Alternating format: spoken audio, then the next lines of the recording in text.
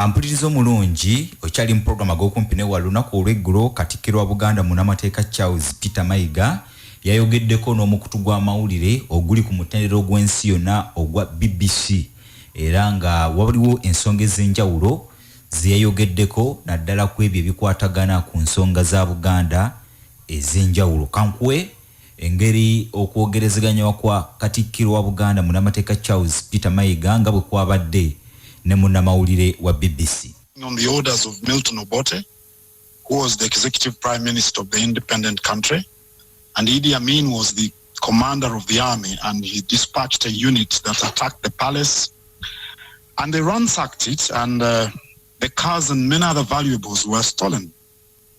It is, created very bitter feelings for the people in Buganda.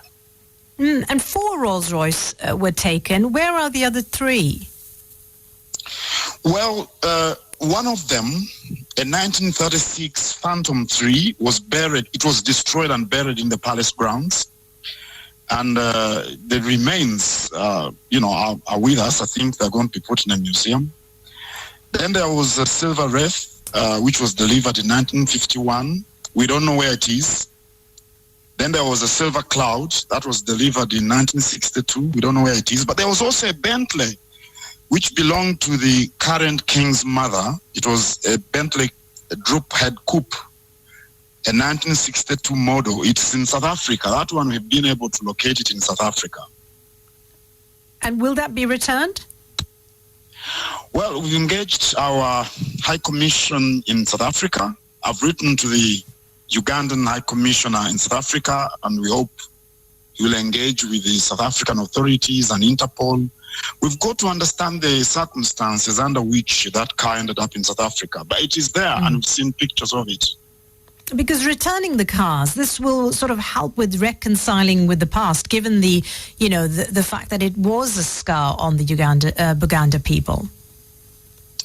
Well, it's a very nice, gesture in our view, because the attack on the palace and ransacking it and taking, movable properties was just some kind of humiliation for our king, for the kingdom, for the people of Buganda, and generally for people who believe in the rule of law. So it's a good gesture. We welcomed it, and we thanked the president and his cabinet for that decision.